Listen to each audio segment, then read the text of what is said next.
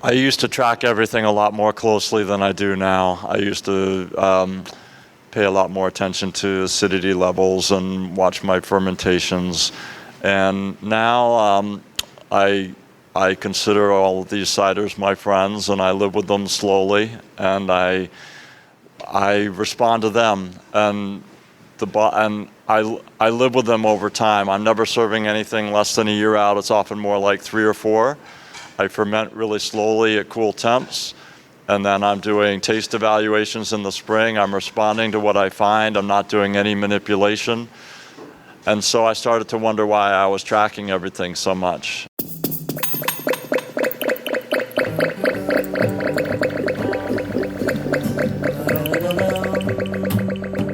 Hello, my name is Ria Windcaller, and I am the producer and cider MC of this weekly podcast, where we speak with makers, cider enthusiasts, and folks within the cider trade from around the world. Hip, hip, hooray! Bringing us into this here episode was David Buchanan of Portersfield Cider, which is a Maine cidery. You're going to be hearing from David and other cider makers from the Cidermakers Roundtable, which was recorded at Maine Apple Camp in 2022.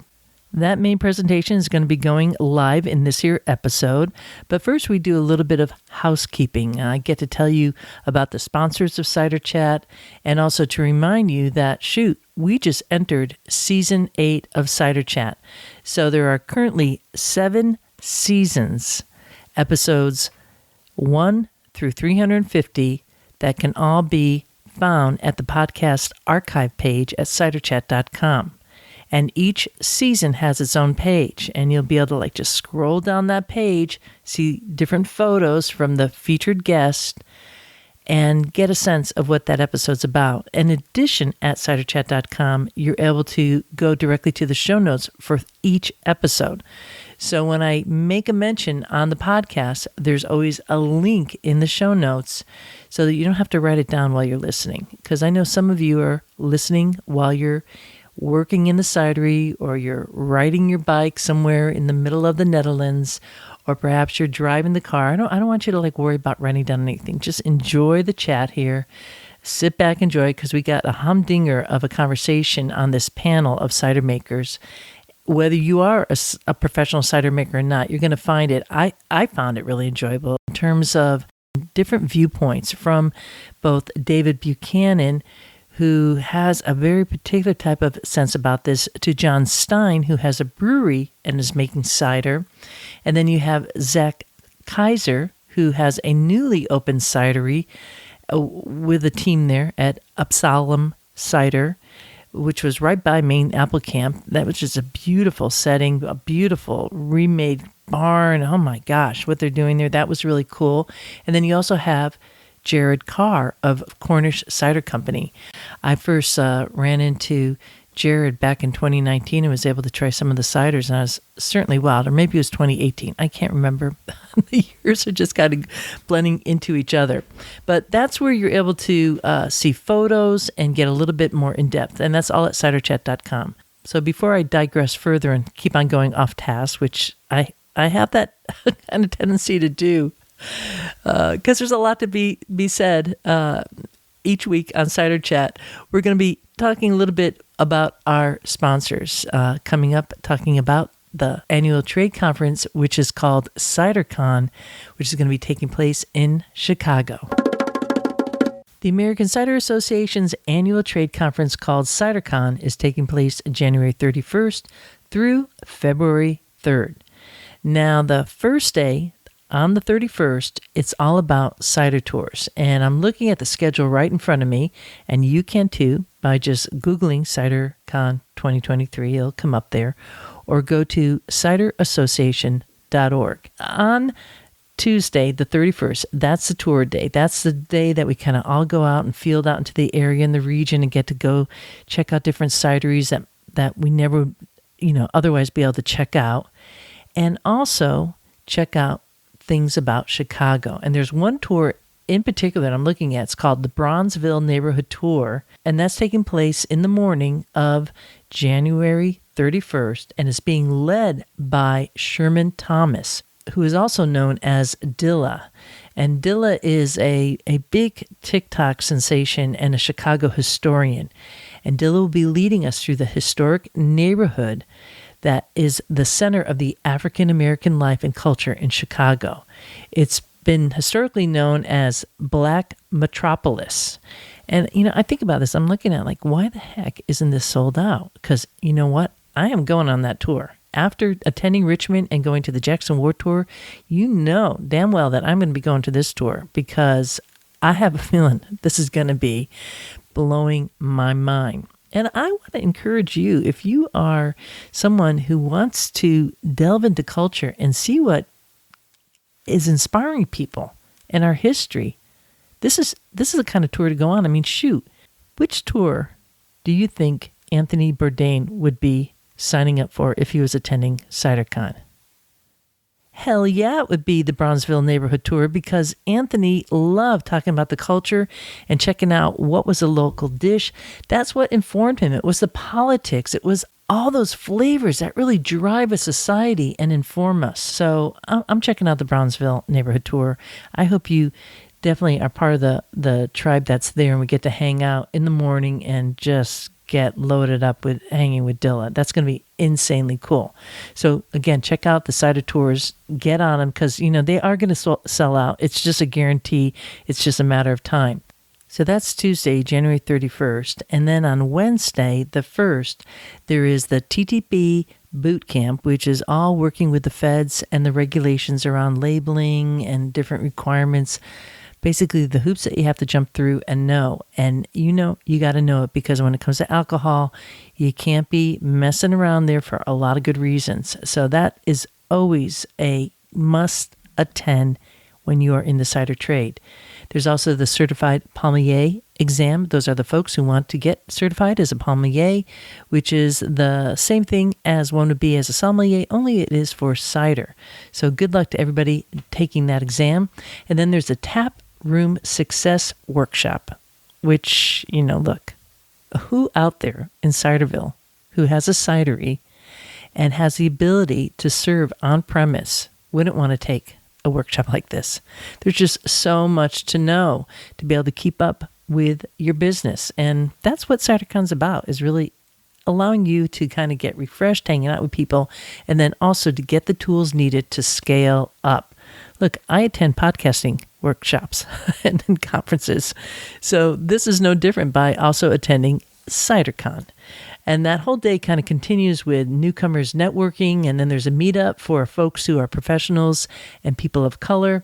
And then in the afternoon, there is the Cider Share, a welcome reception, which is always a blast. That's where all the makers attending bring their wares. You got to check in with the folks who run it, okay? You can't set up a table on your own. You got to let them know that you're going to be there.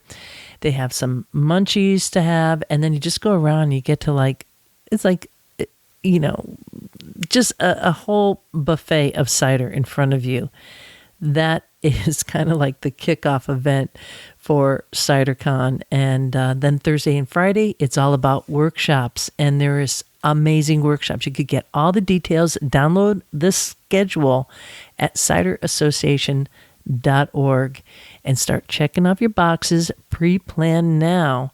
So once you are en route to CiderCon, you just get to immerse yourself and take it all in. Again, go to ciderassociation.org. Hey, Rhea, it's Adam Levy, the alcohol professor. How you doing today? I'm doing great, Adam. I have some more questions about the New York International Cider Competition, which is going to be taking place on February 19th.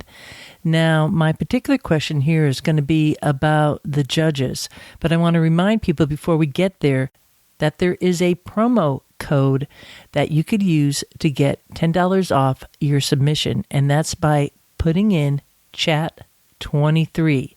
So do use that if you're listening to this podcast, and you make a little mark right now in your brain, or maybe this is a good time to stop your bike, get off, and put that in your phone, chat23 to get $10 off. So let's go to this first question here about the judges. Are they working alone? Our panels are basically 3 judges per panel. It's a consensus decision.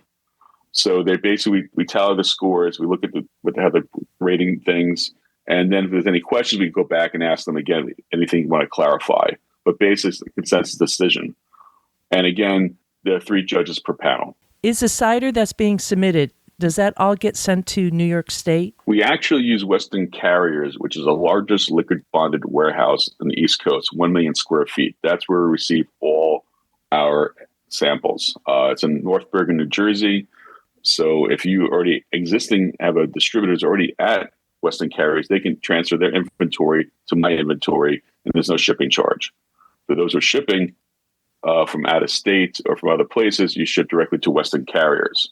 We do know that some carriers have problems with that, so we do have a backup New York address to ship to, but primarily we expect shipments to come to Western Carriers.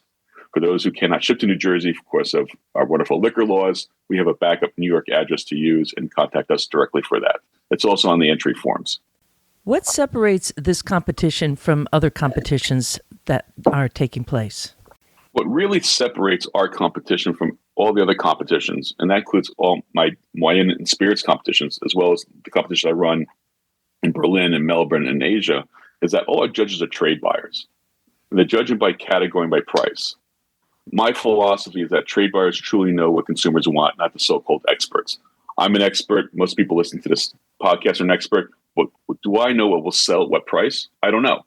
But a true trade buyer who actually makes a living doing this, who actually sells for a living and actually picks for their job, the distributor, the retailer, the person behind the bar, buying for that bar, they know what will sell at what price. That's why our competition is set different, because again, all our judges are trade buyers and they're buying as if they're buying for their own business. And they discover new ciders and new products in these competitions. And they enjoy being in our competition because they discover these new products. I love the bonus from this competition because you get your product in front of trade buyers and you are hopefully getting some feedback from them too. Find out more and get your application and start submitting your cider today for this February 19th competition coming up. Go to nyicidercompetition.com and make sure to use that promo code for $10 off by putting in chat23. Walking through the orchards. It's time now to go to our featured conversation, which was pre-recorded at the Maine Apple Camp, which took place during the summer of 2022. Maine Apple Camp is hosted by the Maine Organic and Farmers Association, which is also known as MOFGA. That's MOFGA.org. Maine Apple Camp takes place biannually, so there'll be no Maine Apple Camp this summer, but hopefully this will put it on your schedule for 2024. The moderator of this Cidermakers Roundtable is Kris Hogg, who is the founder of the Perennial Cider Bar, which was located in Belfast, Maine.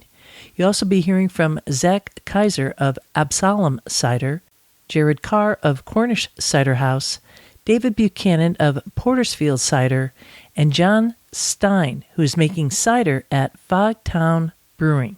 Let's now all grab a glass and join this conversation. The Cidermakers Roundtable as recorded at Maine Apple Camp 2022. So welcome. This is the Cidermakers Roundtable, Maine Apple Camp. My name is Kris Hogg, formerly of Perennial Cider Bar in Belfast, currently apple forager, soon to be cider maker and orchardist and lots of other things apple related. We've got 4 Maine cider makers with us today. So excited about that, but generally still making the assumption that if you're here, you're like already on board with fermented apple juice makes alcohol equals cider. We're not going to spend a lot of time on like 101 intro type stuff. Try to like dive right into it and make the most of the time we have. That said, don't want to talk past anybody, so feel free to ask any questions you have when we get there. So we're going to dive right in I'll ask the cider makers to introduce themselves. We'll work through a few different questions and then give you guys plenty of time to ask your questions as well. And hopefully we can do our job as one of the first sessions of the day. And I don't think we'll get to the bottom of any of this stuff, but hopefully kick off a lot of good conversations that can get fleshed out through the weekend. So yeah, with that, we'll just go down the row here and ask you guys to introduce yourselves. My name is David Buchanan, Portersfield Cider. I'm in Pownell, down by Freeport in Maine.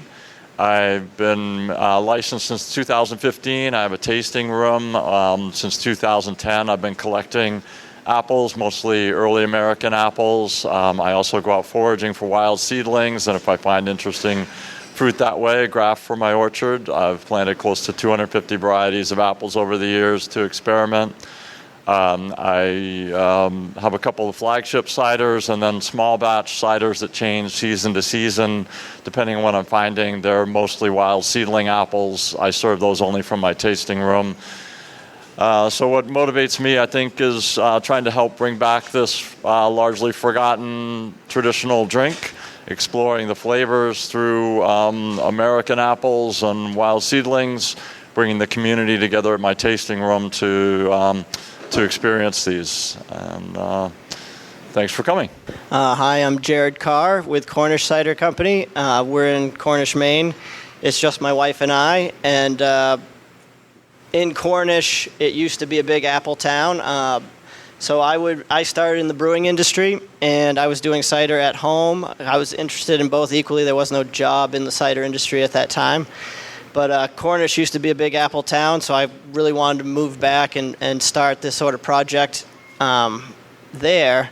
So I bought my grandfather's property, and I plant there varieties that I have found almost exclusively in Cornish, a few others outside of that. And about 1/3 of my plantings are pears, where they are not something you commonly find up here growing wild, but I found one that I think makes a pretty unique perry, so I planted the seeds from that.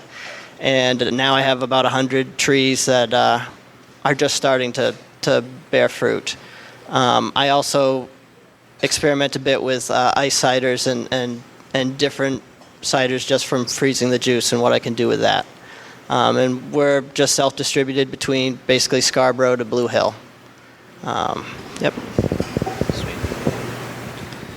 Hey, my name's Zach. I'm from Absalom Cider Company. We're located on the other side of the lake, so it takes 15 minutes to get there, but it's really only 2 miles across the lake.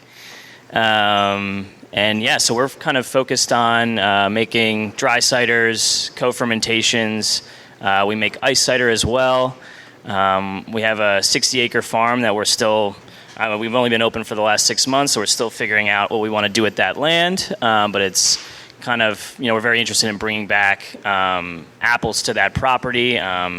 There's been a long history of apples, specifically in Winthrop and around Lake Havasu. So we're excited to keep expanding and seeing what we can do with new apple varieties and bringing old ones back. And yeah, just excited about the future of cider, what we can do. Hey guys, I'm John. I started Fogtown Brewing Company up in Ellsworth in 2017, and we introduced a cider program in the brewery a couple years ago. So, I started out doing cider with a full infrastructure of a brewery, but of the group, I'm definitely the apple newbie. So I've been picking it up in the last couple of years. The goal up at Fogtown is to use as many locally foraged apples in our area as possible, and then to do these place-based specific ciders, like ciders all foraged in the Blue Hill Peninsula or down East Maine, and then create unique ciders out of those. So each of you guys has kind of said a little bit about the fruit that you work with. Just starting there, I guess. I'm curious, like from your perspective, whether it's foraging or selecting varieties, what are you looking for in the fruit that you work with? And are you able to get enough of that? Would you like to get more of that? Sort of, and how does that affect whatever distance there is maybe between what you're making now and kind of what you would like to be making? Zach Kaiser, Absalom Cider. At the onset, I've been playing around with a lot of single variety fermentations, so that I can learn from each, kind of what each apple variety tastes like, how it works. A lot of them press differently. a lot of them interact with native yeasts differently. So I think a lot of what we've been doing so far has been fermenting them separately and then blending at the end to a specific style of cider that we find interesting, or maybe it tastes amazing on its own. Maybe we add some cool grapes to them. It's been kind of something new that we've been playing around with, but I definitely enjoy playing around with, wild foraged apples. I could always use some more, it seems like. Ones that are really interesting, because there's plenty of other ones that I think they have their place, but they're not necessarily the most dynamic apple for, say, making cider. So part of the reason why I'm here is I want to learn more about apples from all of you. So, yeah. Jared Carr, Cornish Cider House. I do fairly similar process where if I'm foraging or Sean is foraging for me, if it's a new apple to us, I will save like maybe a half gallon or a gallon of that juice to do a single varietal, just so I know what that is actually bringing to the blend. But for any of the varieties that I've been using for a while, I already have an idea of what they're good for and what I'm going to do with them. I kind of have varieties in my orchard sort of designated in my head of what are the varieties that can stand on their own and make a single varietal, and whichever other ones are basically like a spice. I know they're going to bring this much acid and this much tannin to a blend, and I try to plan for what might need that. And as far as what I want to do more in the future, I mean, I definitely have varieties I really like, and I can only do so much with them. There's only a certain volume, and I'm waiting for these trees to grow, which takes forever. So, David Buchanan, Portersfield Cider.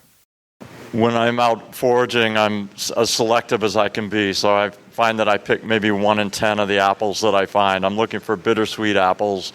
I'm looking for fruit that isn't too sour, isn't too acidic, isn't too this or that. I like to tell people it's a spitter, but it's just the right kind. I have to spit it the right distance. It's not. I don't want to spit it too far. I want to be able to swallow it, but just barely.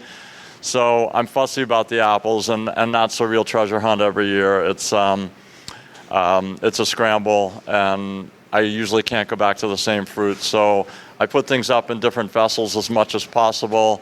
I actually fill carboys first before I start filling barrels and variable volume tanks. I do everything in glass or steel so I can hold things over as much as possible from year to year. So even though I'm only putting up apples in the fall in a 5-week period, I have sort of a palette of things that I've gathered that I may have carried over from one year to the next, so that as I'm blending, I have as many options as possible. I ferment everything separately so that, especially if I don't know the apples, so that I can feel free to dump something, or I can blend toward a taste that I like with as much control as possible. John Stein, Fogtown Brewing. For some of the place-based ciders, it's sort of a beggars can't be choosers situation, especially me just getting started in the last couple of years. So I found I was looking for trees that were laden with fruit, that were ripe, that were easily accessible, and I was just looking to get as much fruit as I wanted, but also, like these guys are saying, fermenting in separate barrels, so at the end of fermentation, being able to blend them out. Also developing relationships with other people who are foraging other things like aronia berries, chokeberries, and choke cherries, and things that could add some tannin. I think wild apples around here are notoriously really acidic and not necessarily... It's hard to just get the bitter tannins without the acidity as well.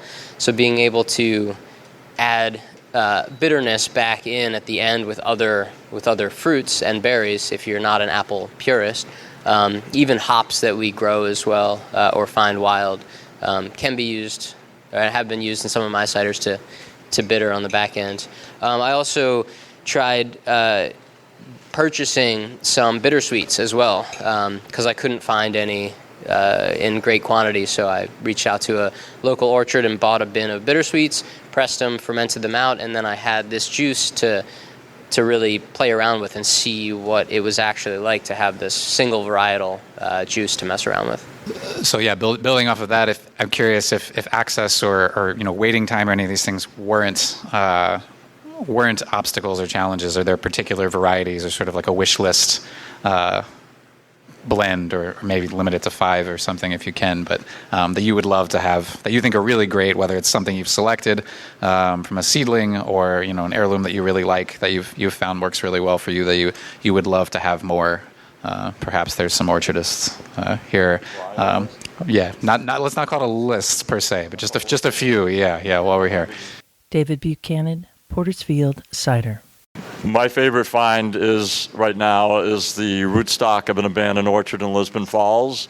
And my understanding is that a lot of rootstocks in the mid-20th century were taken from seedlings of Hughes Virginia crab. And this is very similar to Hughes. It's not quite Hughes, though it does have I've grafted it now into my orchard, and it does have some of the same growth characteristics. I want to get it tested through MAFCA.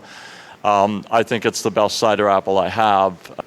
Sean Turley and I have tasted it side by side with Hughes juice, and it's very close, but even just a little hair better. So I would say I think that Hughes Virginia crab is a fussy grower here and tends to split on me and drop, and the trees are they're a beautiful shape, but then they're dying back on me, so it's a frustrating grower. But if I could have 1,000 gallons of Hughes Virginia crab juice, all my wishes would be fulfilled right there. Jared Carr, Cornish Cider House. I don't actually have any experience with your common, what you'd think of for cider apples, your English bittersweets and bitter sharps. So the only way I can answer is based upon what I have used of my own forage finds. And I kind of evaluate the varietal, not only the fruit, but obviously the juice, how it presses, and also the tree. And if I didn't have Chris's question of if I didn't have to grow it, might change my opinion. But based upon what I've grown, I've got one variety that it needs a real name, but I currently just tagged it heavy cropping red bitter sharp. Just when I found the tree, branches were breaking. It was so loaded over, so I needed to write something on the tag, and I haven't come up with a better idea yet. But I entered it into Glint Cap, and it won Best of Show in the traditional sweet category. And I'm a pretty big fan of it, and it wasn't a huge entered category, but I was happy to. 3 of the entries were Kingston Blacks, and then there was a Dabinet. So I just have a little sentimental attachment to this variety because it was going against what is considered, the best single varietal apple there is, and it did well. So that is by far my highest planted variety because it also just produces well and early on my property. But that I'd like to have more of that available if I could. Zach Kaiser, Absalom Cider. I think there's two directions I want to go with this one. One is some wild crab apples that I found have been really great for sprinkling in spice, as you were saying, into blends. So, and they're not, crab apples aren't great to press on their own, so it's kind of nice to actually sprinkle them into other things anyway. And I feel like they've added a nice level of complexity. And if I could just have bins of crab apples, some of these wild ones that I've found, one of them's out in Peru, Maine, and I have some also out in Bethel, but if I could have a bin of those, it'd be really another dynamic, complexity level that I would love to have added to my ciders. The other one that I think Chris and I have talked about is Ellis Bitter. That apple's awesome. Only made 15 gallons of an Ellis Bitter cider, but I like it. John Stein, Fogtown Brewing. I also love crab apples. There's something about climbing up in a big gnarly crab apple tree and giving it a shake and seeing 10,000 little apples fall and pitter patter on the ground. There's something magical about that. One of my favorite trees that I found is maybe the story of it is just as fun as the tree, but I was in an orchard getting drops, for free from some orchardists who said the picket season was over, and some old guy saw me picking off the ground, and he's like, "Why are you doing that? There's better apples in the tree." And we got talking about cider. He said, "Oh, I got some trees over at my place." I went to his place, found some wild trees. His neighbor came out and said, "Oh, my other neighbor's got some trees." This was like a whisper down the lane of 10 different neighbors. I finally ended up in Sullivan on the coast in Down East Maine where there was like an old homestead that some guy said, my grandpa planted this tree. We used to make cider out of it, and it was, I don't know what it is, but it was a bittersweet, and it was slightly russeted right on the coast. And just like, oh yeah, somebody intentionally planted this. Nobody uses the apples for anything. They're like awesome cider apples. So that was kind of a magical adventure. Once you have the fruit, once you have maybe the juice, there's a lot, sort of like an interesting time, maybe even like a little bit of a schizophrenic time with cider right now, I feel like, where there's a lot of crossover with natural wine in terms of technique, things people are trying. There's, like most of you guys have backgrounds or are currently in like craft beer, craft brewing. And there's people kind of dabbling in those things. We also have cideries that at this point are entering maybe their second or even third decades and are really honing, their own particular technique, and thinking about some of the stuff like in the Finger Lakes, a lot of the like champagne method stuff, and that really like sort of mature, evolved methods. Curious, each of you guys, if there's a certain technique or part of your process that you're really excited about right now. Either something you've tried that's worked out well, or something that you're really interested in, maybe haven't tried yet, that you'd like to experiment with. Jared Carr, Cornish Cider House. I am going to try to expand a little bit more in my cryo concentration ciders. I did one ice cider that I thought came out quite well, and I want to kind of just change things up a little bit. And when trying to get that cider into restaurants, it was a challenge. They would say, "Oh, we really like it, but we already have a dessert wine." So I was fighting for that one spot on their list. So I'm experimenting with concentrating the juice to a lesser extent and try to make something more of like an off-dry apple wine versus something so sweet that people will purchase to save for a special occasion instead of purchasing regularly. So that's one area I'm moving into. Zach Kaiser, Absalom Cider.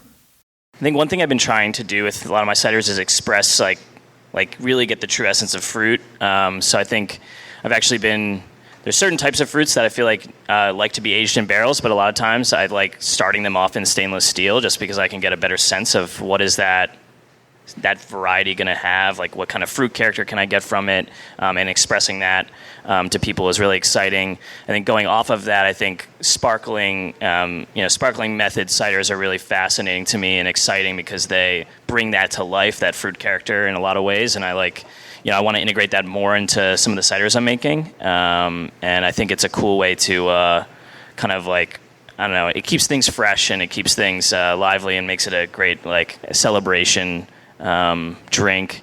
And then I think going off of ice cider, the other thing that I've been interested in doing is, and I might have talked to some people last night about this, but they call it fire cider in Quebec, which is a little different than I think a lot of us think fire cider is here. But maple evaporated cider, so putting apple juice in a maple evaporator and playing around with that. I did like 30 gallons of that this year, and it's kind of a new frontier for me that I'm excited to try out. I think there's also some cool spaces with Pommeau and fire cider and ice cider where we can really support farms and buy apples that you might not normally use for like a traditional dry cider that, are more on the sweet end of things and aromatic and less focused on tannin and bittersweet. That I think it's a cool way to work with farms and buy apples late in the year that they could really, could sell, and could use that money at the end of the year. John Stein, Fogtown Brewing. Because of the brewery, have been interested in how to combine the two programs, the cider and the beer. So one thing I tried was using the pumice, which is the mush of the apples after you press the juice off of it, with some varietals is really still very aromatic, sweet, lively, like a fascinating character of flavors. So I've been trying different methods of harvesting the microbes off of them and using them as a sort of a starter for some wild fermented beers like farmhouse styles. So you're getting the microbes that live on the apples from the orchard or from the homesteads, wherever you got these apples that would normally, if you're wild fermenting, would ferment your cider, using those microbes to then ferment different styles of beer, as well as aging that beer on the pumice itself can give those tannins from the apples that character to the beer. And that's been really fun. I'll also give some of the pumice over to the Woodfire Pizza program that we have, and they'll create pizza specials out of it, make cider donuts, things like that. So just whatever I can use with those would-be byproducts has been really fun and fascinating. So the question, in case anybody didn't hear it, was particularly for the folks who are growing, who are wearing both hats of like cider maker and orchardist. How do you balance those two things and doing both of those things to the extent that they need to be done? David Buchanan, Portersfield Cider. I find staffing to be one of the most difficult problems, and I'm not sure how wineries address that, but the seasonality is really challenging. I need a lot of help in the spring, a lot of help in the fall, not as much in the summer, and very little, if any, in the winter. And so I have to ramp up staffing, and I've kind of answered that by scaling back instead in the last couple of years especially, and letting things go a little bit more in the orchard. Trying to transition it to time when I'm gone. I might as well start to make that transition now and ease up and see what happens. So I'm working into deeper rootstocks, a little less management, a little less less mowing anyway. It was something I wanted to do for pollinators. So I'm letting things go a little bit wilder than I used to. And we've had 5 years of drought that have made things pretty challenging in the orchard. This year is actually less challenging to me than previous years. I've picked up a little rain that others haven't along the coast, but my management strategies in the fields have changed pretty dramatically over the last few years.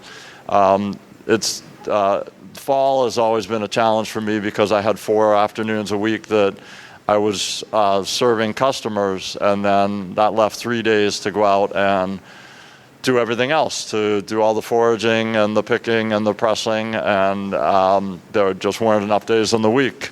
So I've scaled back, and I sort of gleefully tell my customers, well, this is apple season. What are you doing here?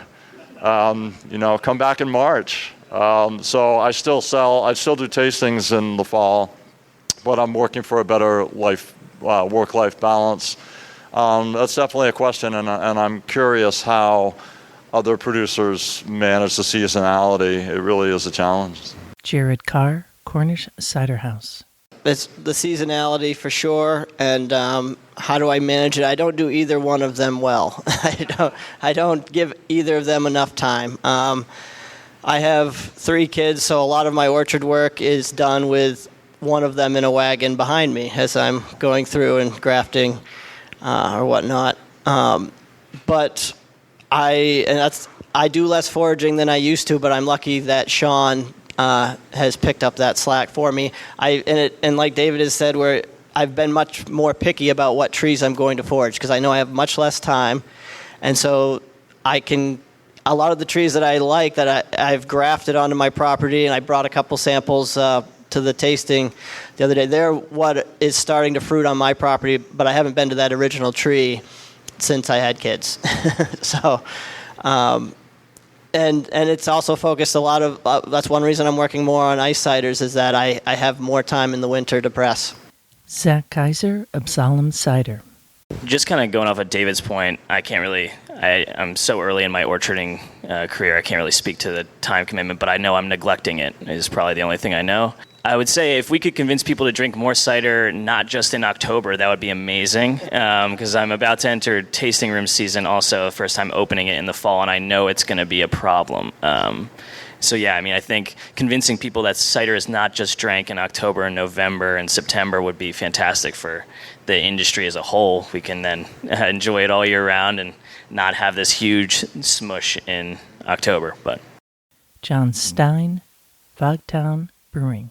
For me, who don't have any trees, unfortunately, I've been trying to build a map of our local 30 to 50 mile radius around the brewery. The map includes, this is the tree. I think it's this type. It's ready for picking this time of year. And remember to call this guy so he doesn't come out with a shotgun. I'll remind him that I'm coming. So building that map and setting myself the timing so I'm not just driving around looking for trees, wasting time, has been really helpful. Yeah. The question was about like yeast culture in the cider? Is everybody wild fermenting, or is anyone inoculating with another cultured yeast? I leave the wild yeast, but I also pitch a yeast to kind of steer it in a direction that I like. My very first batch, I added yeast just for bottle conditioning because I was trying to be ready for the local apple festival, have my product carbonated by then, but I haven't added any since. All wild ferment. I'm going to make the question a little more complicated. I think that I'm trying to decide how to describe it a little bit differently. So I think I'm using 3 different words. Like spontaneous is something where I'm not touching it at all. I'm just letting it completely do it on its own without any influence. I think I'm calling other things native yeast fermented when I'm actually resting it on pumice, or I'm doing things where I'm creating a starter yeast from native yeasts and helping basically do the same process you would with pitching a commercial yeast. So I'm doing that as well. I'm also pitching yeast on some ciders that I specifically want a very specific character, like a very one-dimensional blending character that is then utilized in other batches, I guess. So yeah, that's kind of the way I'm thinking about yeast at the moment. I think there's a place for all of it. I think that I definitely think everyone here is very interested in where native yeasts can go and where spontaneous yeasts can go. But I think there's a place for all of it. I've also been trying all kinds of different things as well, from using some of the Brettanomyces strains that I use for our farmhouse ales and transferring those over to ciders, or just because they're left over in barrels that I use for cider, they'll take over. I like to let things ferment for anywhere from a couple of weeks to a couple of months with spontaneous fermentation, and then depending on how things are smelling and tasting, potentially add some nutrient and some cider yeast. But most are spontaneous and will go through fully spontaneously until potentially a champagne yeast addition at bottle conditioning time. So question was kind of, cider making is art, but also cider making is science, and if anyone can speak to any sort of analytical, scientific aspects of your approach, if they exist. Zach Kaiser, Absalom Cider. I think something I've been interested in is tracking natural sulfite levels throughout the whole process, which then affects kind of how I treat it with sulfites itself, because I'm basically trying to not add any sulfites at all if I can. It's something that I'm kind of holding to myself.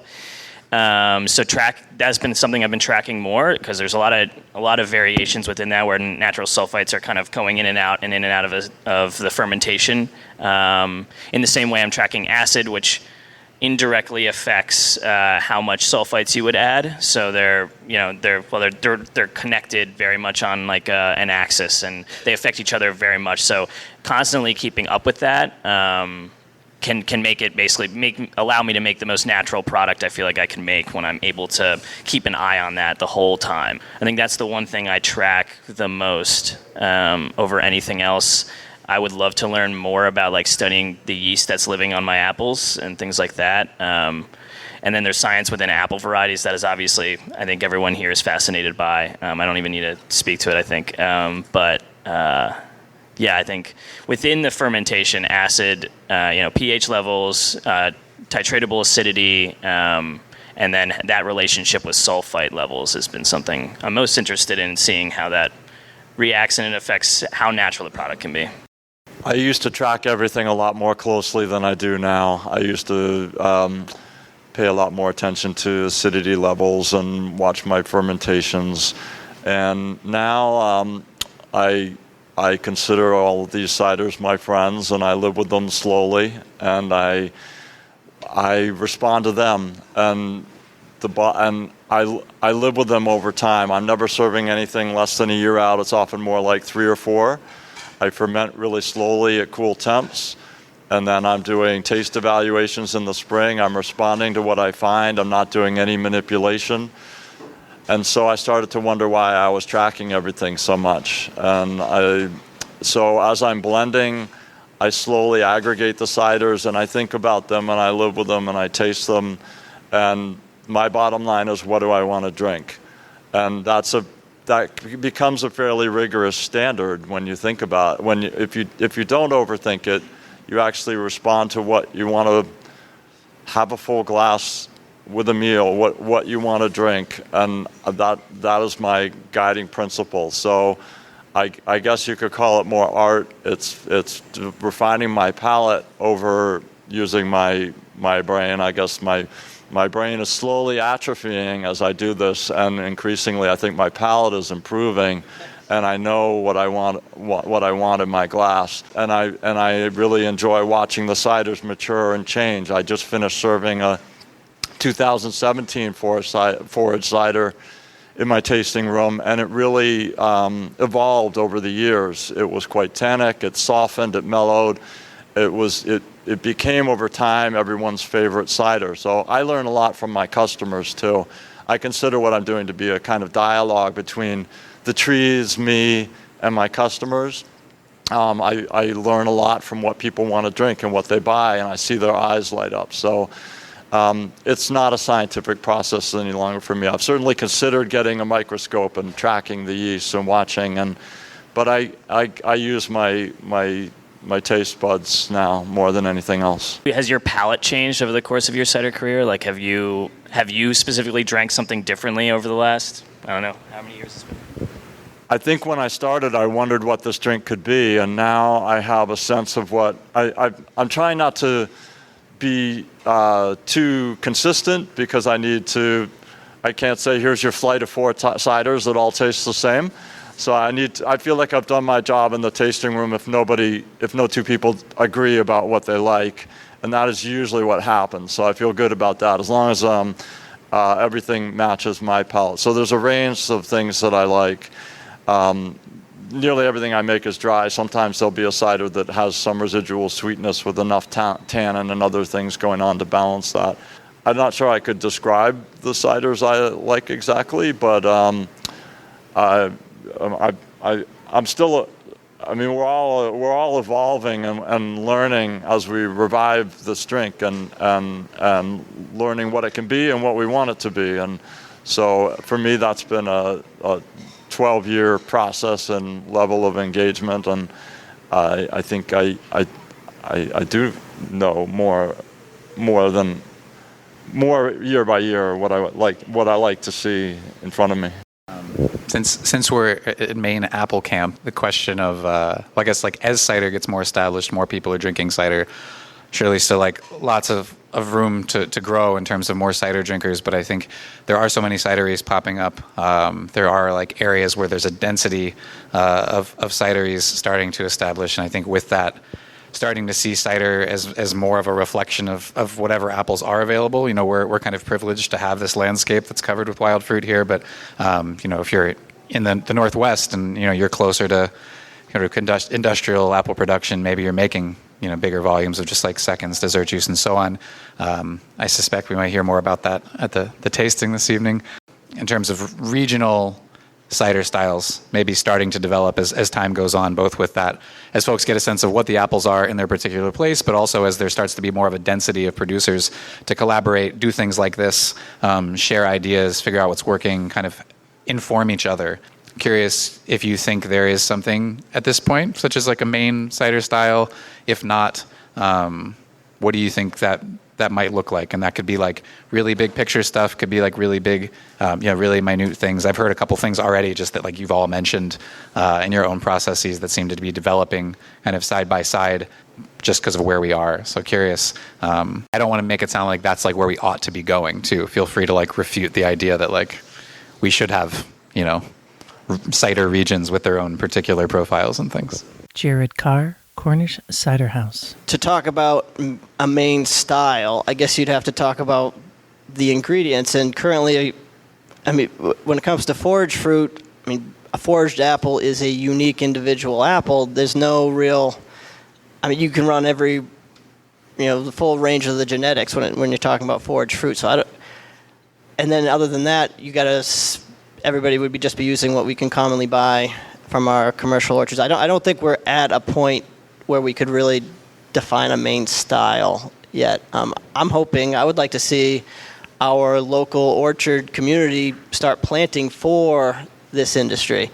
That's been the biggest challenge I've had. I work part-time at a local orchard, and I've attended the Pomological Society meetings here and there, but very commonly in Maine, the commercial orchardists look at the cider industry purely as an avenue for their unsellable fruit, not something to plant for, which is that's basically the quote they've told me. So I want to see, before there's a Maine Style, there be some actual cider-specific fruit being grown that we cider makers can use. Zach Kaiser of Solemn Cider. I had this discussion with my business partner, Kevin, recently. We were talking about the concept of terroir and how places can develop a flavor or maybe a style. And I think we were kind of getting to the point where we were discussing that maybe it's an accumulated knowledge rather than even like obviously there's still a soil, there's still a climate. Those are still influenced. But I think maybe once it's almost going to take 15 years of us accumulating this knowledge or even just thinking this specifically about the industry. And, I think you guys are already steps ahead of me of growing fruit at your farm. But needing that fruit to come to bear and then maybe it's all in the same style within that is kind of how we start developing that. It's probably going to be my kids that can develop the style and less me, right? I think kids at this table, your kids could maybe develop this style, but it's us kind of keep forging that path through, I guess. I'm personally really into sparkling ciders, and I would love for that to be part of the stylistic idea of Maine. I do think still ciders have their great place too, but yeah, I don't know, something about sparkling cider for me. John Stein, Fogtown Brewing. If there's a style that I'm aware of, I'd say it's more of a methodology, which a lot of these guys have talked about, of tasting and blending and striving for a complexity. Maybe it's more acidic or less acidic than other styles around the world would be, but that there is this strive for complexity from the mixed fruits, foraged fruits, and the spontaneous fermentation, and the barrel aging and letting things sit for a year or two and to mellow out. The time and the intentionality and the methodology behind that is driving toward a style where, if a new cider maker were to create something that's like Angry Orchard, I would be very embarrassed to share it with these guys. It's not the style that I think we're pushing for, which is interesting and complex and really almost challenging in a way that kind of pushes the communal palate of this area forward. I think my favorite ciders tend to come from very small producers who are farm-based, and Maine is obviously the place for that. Let's stay place-based and farm-based and not try to grow, make the best possible ciders that we can and be known for that. I think that going for volume is immediately a compromise. It was really interesting. We focus on the apples, we focus on the fruit, and we don't compromise by diluting the quality. So I'm gonna follow up on that and integrate Laura's question about that. I'm realizing, in me asking you guys that, I'm coming from this very particular vantage point where for the last few years I've had a cider bar, and I've served a lot of your ciders, and I'm seeing all of these things come in at once in a volume and change. And maybe I was in a position to see some bigger picture trends or maybe choices that maybe as an individual producer you may not see. And so the general eschewing and aversion to acidity, I think is something that in of the Maine ciders I definitely notice, and in conversation is definitely something that comes up, whereas a lot of the ciders we would get from the Finger Lakes are much more friendly toward acidity, a lot of traditional method stuff. And I think I would agree that I don't think we're at the point of a Maine style yet, but I do think it's an interesting time to just observe these sort of collective choices that are being made almost more at the social scale amongst one another, because I do think that's the basis of it. Just sort of these little sort of biases that are being developed, or little preferences that are being developed, is maybe going way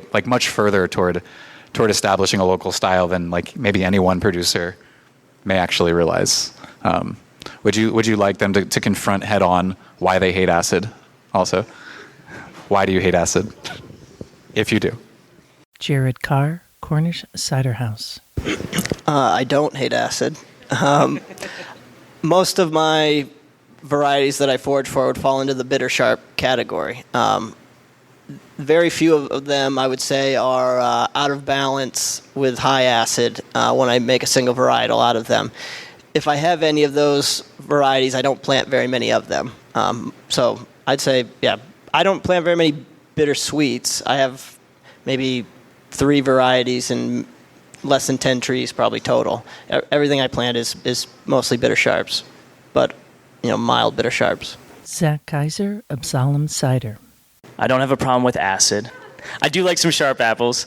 I do think I have an issue with acetic acid sometimes being pervasive in ciders. That's probably something I can say. There's a certain amount of it I can handle in a cider. Otherwise, I think there's always, something I'm always thinking about is balance. How much, being the cider I want to go back and drink more of, which sometimes includes a little bit of acid.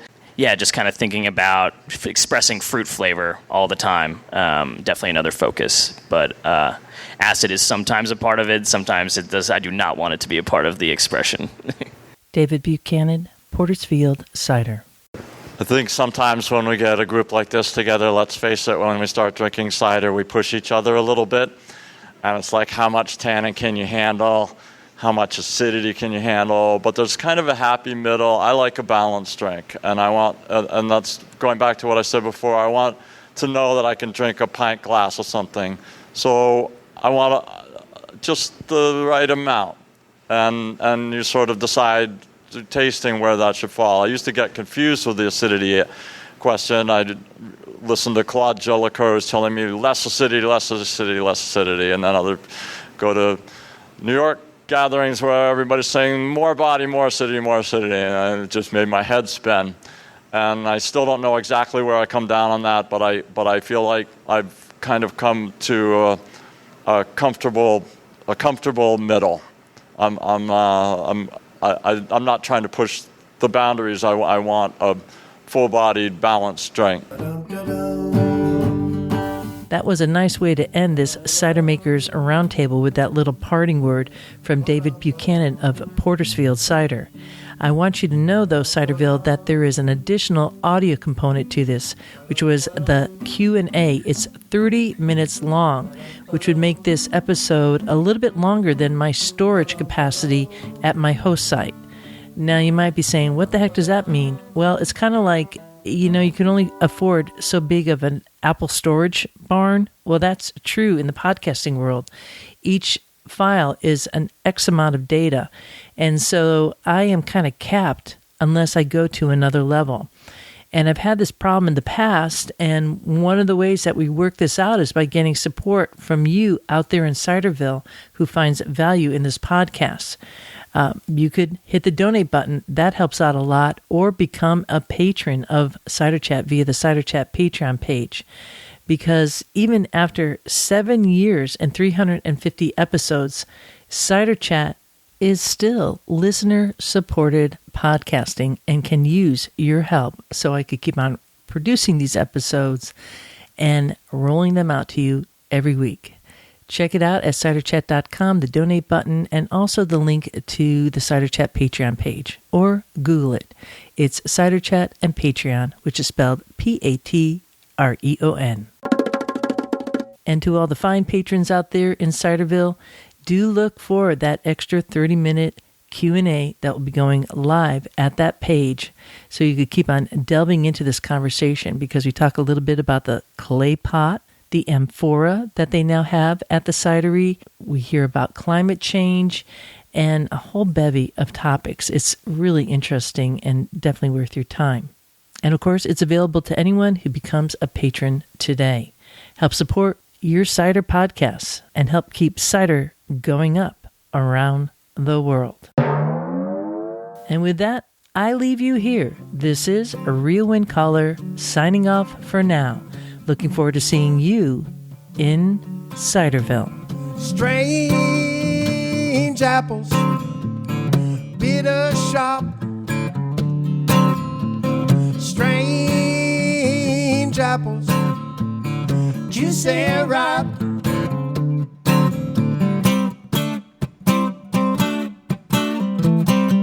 Bop, bop, bop, ba-da-dum-doo-doo-dop, bop, bop, bop, ba-da-dum-doo-doo-dop. Who wants a tannenbaum? I want a Tannenbaum.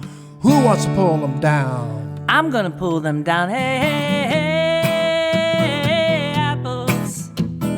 Bittersweet, strange apples, hanging high.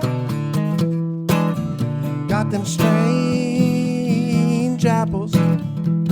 Forget the pie. Strange apples, squeeze them tight. Got them strange apples. Strange apples. Strange apples. Make them pop.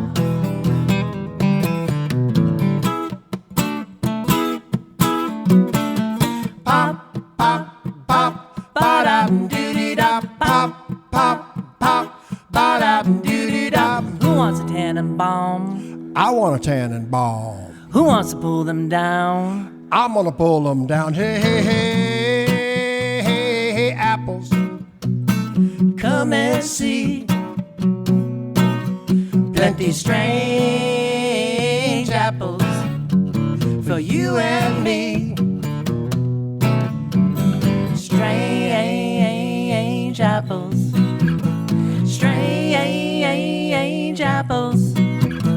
Strange apples.